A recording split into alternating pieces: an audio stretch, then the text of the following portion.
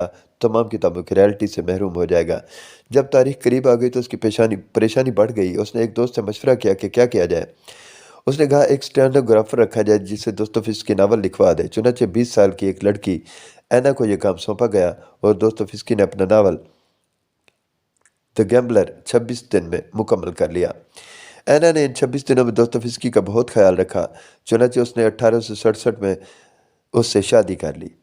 कर्जे फिर बढ़ गए और वो रूस छोड़कर 4 साल के लिए बाहर बैडन बैडन चला गया। वहाँ बड़ी हुनरमंदी से जुआ खेला और 4,000 फ्रांक इकट्ठे कर लिए। फिर क्या हुआ, वही जो एक लालची जुआरी के साथ होता है।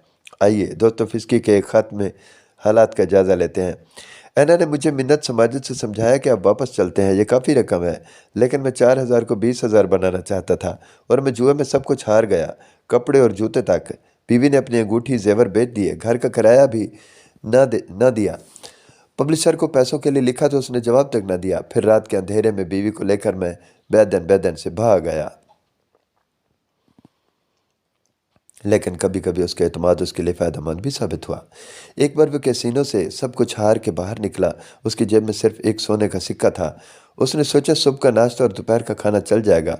वो ये सोचता हुआ जा रहा था कि अचानक उसे ख्याल आया कि क्या मैं इस एक सिक्के को दो पर लगाकर किस्मत नहीं आजमा सकता। चुनांचे वो दोबारा कैसीनो में चला गया और 170 सिक्के जीतकर घर वापस आ गया। ये वाक़या उसने लफ्ज़ बलफ्ज़ अपने नावल गैम्बलर में शामिल किया है। जुर्म और सज़ा तक पहुँचते पहुँचते उसने बहुत कुछ लिखा। उनमें बेशुमार कहानियाँ, डायरी और मज़ामीन शामिल हैं और 4 मशहूर नावल भी। एक द हाउस ऑफ डेड और दूसरा द इंसल्टेड एंड इंजर्ड और तीसरा पोसेस्ड और चौथा डबल। जेल के दौरान उसे इल्म हो गया था कि आदमी कत्ल करे या चोरी करे या डाका डाले खतरनाक जुर्म को मर्तकब हो। इसमें कुछ सिफात भी होती हैं, बहादुरी, जुर्रत, हमदर्दी, इसार का जज्बा ज़रूर होता है और ये सिफात उसमें मौजूद थीं। उसके आने वालों में नावलों में उसके किरदार कुछ ऐसे ही थे। दोस्तोफिस्की का ये दावा था कि उसके किरदार हकीकत से ज़्यादा हकीकी हैं। दोस्तोफिस्की के 4 नावलों को आलमी सतह पर बड़े बड़े नावल ख्याल किया जाता है। जुर्म और सज़ा, ब्रदर्स करमाज़ोव, शैतान, द डिवेल्स और इडियट। लेकिन आखिरी 2 नावलों के मुकाबले में जुर्म और सज़ा और ब्रदर्स करमाज़ोव की मकबूलियत बेमिसाल है। और जब भी दुनिया के बड़े नावलों की फहरिस्त बनाई जाती है, इन 2 नावलों की शमूलियत के बगैर वो फहरिस्त नामुकम्मल समझी जाती है। इन नावलों में कॉम्प्लिकेटेड प्लाट भी हैं जो ऐसे ड्रामाई मनाजिर से भरे हुए हैं जिनमें उसके जज्बाती और स्कैंडल से भरे किरदार सुकरात के लहजे में मुकालमे बोलते नजर आते हैं। उन्हें खुदा की तलाश है और मासूम किरदार बदी और गुनाह के मसाइल में घिरे हुए होते हैं। खुदकुशी, मजरूह अना, रूहानी कर्ब में मुब्तला ख़ानदानी अक़दार की तोड़ फोड़ दोस्तोफिस्की अपने किरदारों को ऐसे मोड़ पर खड़ा कर देता है जहाँ एक नाकाबिल बर्दाश्त सूरत हाल उनकी मुंतज़िर होती है और दोस्तोफिस्की उनकी रूह और नफ्सियात की गहराइयों में तरता चला जाता है। ये सब कुछ उसे वक्त के नशेब फराज ने अता किया। शायद उसके बायोग्राफर फ्रैंक ने भी यही जानकर दोस्तोफिस्की को अपनी किताब दोस्तोफिस्की और यहूदी के दिबाचे में दोस्तोफिस्की का प्रोडक्ट ऑफ टाइम के अल्फाज में ज़िक्र किया है। जुर्म सज़ा एक गरीब तालिब रेस्कोलिंकोफ की कहानी है जो पीटर्सबर्ग में पढ़ने के लिए आता है। हादसाती तौर पर वह एक बदमजाज बूढ़ी औरत का कत्ल कर देता है। ज़हनी और नफ्सियाती दबाव का शिकार हो जाता है। जब यह दबाव बढ़ता है तो वो जुर्म का इकरार कर लेता है। उसे 8 साल के लिए साइबेरिया भेज दिया जाता है।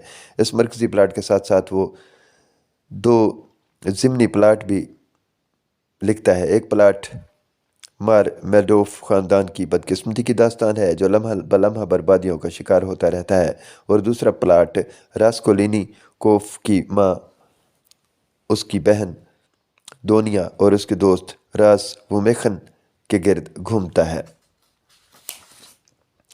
दिलचस्प अमर यह है कि कत्ल करने की हिमायत में रास्कोलिनोफ के पास बहुत से जवाब हैं। वो कहता है कि बुढ़िया ने तो वैसे ही मर जाना था, मैं उसकी दौलत हासिल करके सोसाइटी में तब्दीली लाना चाहता था, कुछ लोगों की मदद करना चाहता था, अपनी माँ बहन के हालात दुरुस्त करना चाहता था। उसका कहना है कि इस माशरे में 2 तरह के नेपोलियन रहते हैं। पहली किस्म वो नेपोलियन है जिनके पास इख्तियारात और ताकत है, वो माशरे में सुपरमैन का दर्जा रखते हैं, अपने कवानीन बनाते हैं। दूसरी किस्म का नेपोलियन के पास न ताकत है, न कानून, न पैसा, चुनांचे वो चोरी करता है, कत्ल करता है। पहली किस्म ये नहीं करती, चुनांचे वो पहले सूफिया के सामने और फिर पुलिस के सामने इकरार जुर्म कर लेता है। برادرز کرامازوف کا ادبی تجزیہ کرتے ہوئے مشہور انگریزی ادب کے نقاد اور مصنف مارٹن سیمور سمتھ کہتا ہے کہ کیا یہ ناول ایک عظیم ناول ہے؟ کیا دوستویفسکی اس کی تشکیل میں کامیاب رہا ہے؟ اس کا جواب یہ ہے کہ ہاں، دوستویفسکی کامیاب رہا۔ چند چھوٹی چھوٹی ناکامیوں کے باوجود یہ ناول دنیا کا عظیم ناول ہے۔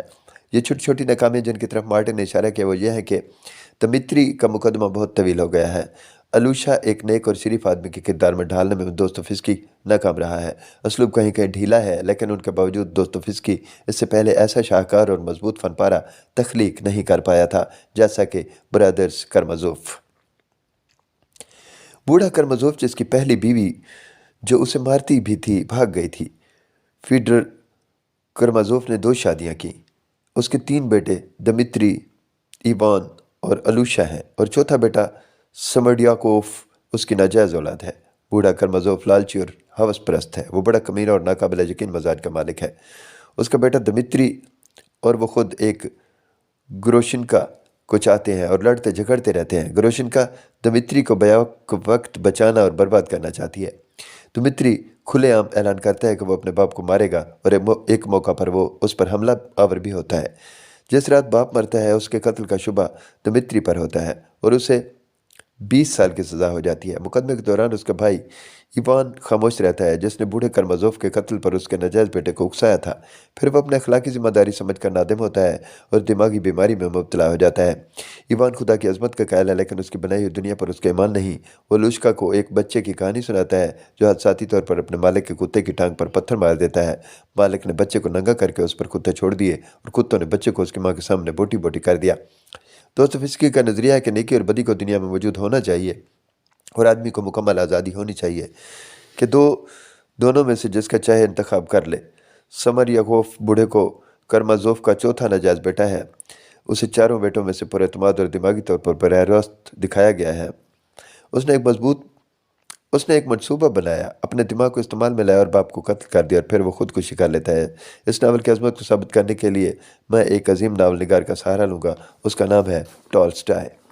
ٹالسٹائے اور دوستویفسکی ایک عہد میں سانس لیتے تھے، مگر دونوں کی کبھی ملاقات نہیں ہوئی۔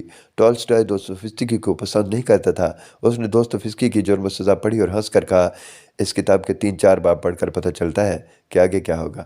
اس ناپسندیدگی کی شاید وجہ یہ تھی کہ ٹالسٹائے کی اینا کرینینا پڑھ کر جو تبصرہ دوستویفسکی نے کیا تھا وہ ٹالسٹائے کو پسند نہ تھا۔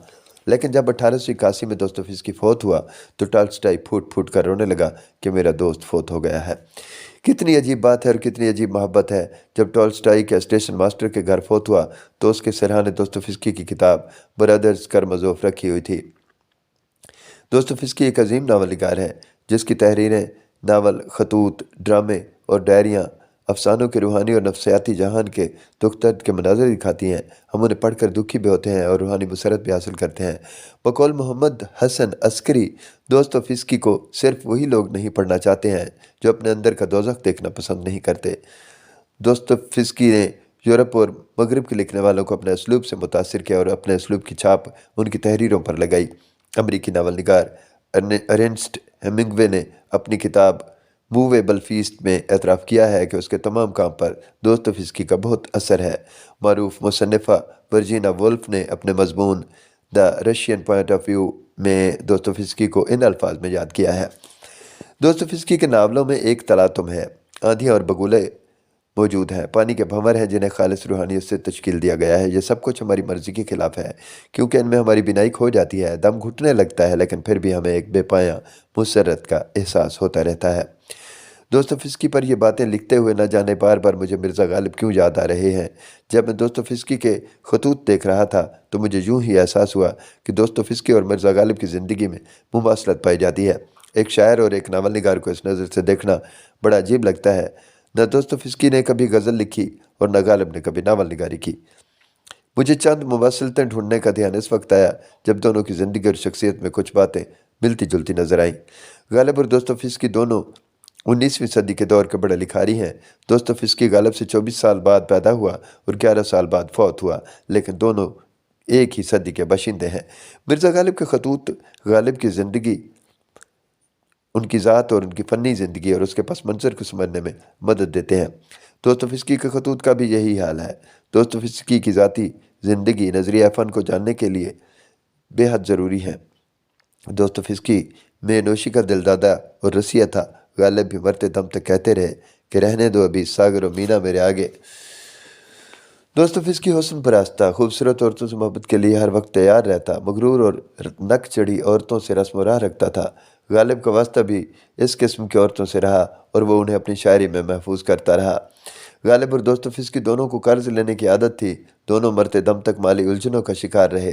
दोस्तोयेवस्की को कई बार मास्को से यूरोप की तरफ कर्जखाओं से जान बचाकर भागना पड़ा। गालिब को यह कर्ज उतारने के लिए कलकत्ता का सफ़र करना पड़ा ताकि पेंशन की बहाली के बाद कर्ज उतारे जा सकें। दोस्तोयेवस्की की सारी ज़िंदगी कसिनोस जुए खानों में गुजरी। न वो नावल लिखना छोड़ सकता था, न जुआ खेलना। गालिब ने भी इस रास्ते पर सफ़र किया, घर में जुए की महफिलें सजाईं। दोस्तोयेवस्की ने साइबेरिया में 7 साल लंबी जेल काटी। गालिब ने भी कुछ दिन जेल में गुजारे। गालिब ने अपने खतूत में अपने चाहने वालों और शागिर्दों को शायरी और हर्फ बयान के गुर बतलाए। दोस्तोयेवस्की ने अपने भाई को समझाया कि फ़न क्या है, इसकी आबियारी कैसे की जाए। उसने उसे बतलाया कि फ़न पारे की जितनी काट छाँट की जाए, फ़न पारा उतना ही अजीम बनता है। गालिब ने भी अपने फ़न पारे को अजीम से अजीम तर बनाने का गुर समझाया। लिखता हूँ असद सोज़िश दिल से सुखन गर्म, ता रख न सके कोई मेरे हर्फ पे अंगुश्त। दोस्तोयेवस्की बड़ी बेबाकी से भाई को खतूत में लिखता है कि कोई जानने वाला ऐसा नहीं जिससे मैंने कर्ज नहीं लिया। एक आखिरी आदमी बचता है, उसे 200 रूबल के लिए लिखा है, अगर दे दे तो ठीक, नहीं तो सब कुछ तबाह हो जाएगा। गालिब ने भी एक ख़त में इशारा किया है कि जब कोई कर्ज वापस मांगने वाला दरवाजे पर दस्तक देता है तो कहता हूँ कि ले गालिब, एक जूती और पड़ी। नौकर को एक आदमी से कुछ लेने के लिए भेजा है, अगर वहाँ से कुछ मिल गया तो ठीक, वरना अल्लाह ही अल्लाह। और एक आखिरी मुमासलत ये कि अगरचे दोनों का इलाका मुख्तलिफ ज़ुबान, मुख्तलिफ पैराए इज़हार मुख्तलिफ, मगर दोनों बड़े बड़े, दोनों अजीम लिखने वाले। और एक के बारे में नक्कादों ने कहा कि इससे बड़ा नावल निगार कोई नहीं, और दूसरे के बारे में नक्कादों ने कहा और ये फतवा दिया कि हिंदुस्तान की 2 मुक़द्दस किताबें हैं, एक वेद और दूसरी दीवाने गालिब।